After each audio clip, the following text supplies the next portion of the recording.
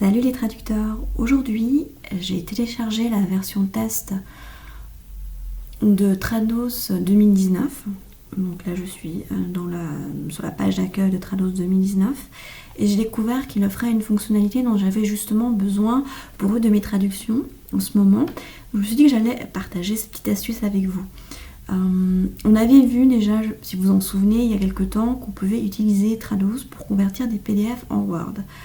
Or maintenant on peut convertir y compris des PDF scannés en Word. J'ai pris l'exemple de ce fichier là qui est une réponse du canton de Genève à une consultation fédérale.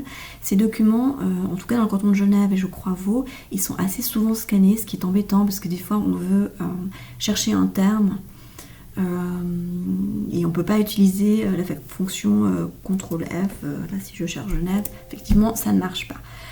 Or, maintenant, on peut utiliser Trados pour avoir une version Word relativement propre de ce fichier scanné. On procède de la même manière qu'on le faisait pour les conversions des PDF non scannés, c'est-à-dire qu'on fait comme si on voulait traduire un seul document. Soit on va sous fichier, ouvrir, traduire un seul document, soit on utilise le raccourci CTRL majuscule O.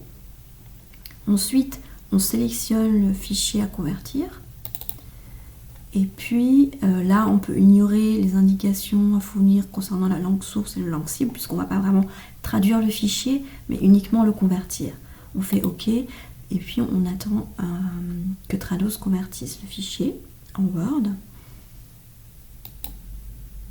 Et voilà, la conversion est faite, donc on a le PDF sous forme de fichier SLXLIF, mais on l'a aussi sous format Word. Il suffit d'aller dans le dossier où on avait enregistré le PDF d'origine et on voit qu'il y a un fichier Word. On va juste regarder ce à quoi ça ressemble, on voit que c'est relativement propre, il y a un peu des choses un peu bizarres ou rationnelles, mais c'est quand même beaucoup mieux que d'avoir uniquement un fichier en format scanné. Il fait 8 pages, comme le PDF d'origine. Voilà, donc c'était pour l'astuce du jour. Si vous avez des questions ou des commentaires, n'hésitez pas à les insérer en dessous de la vidéo. À bientôt!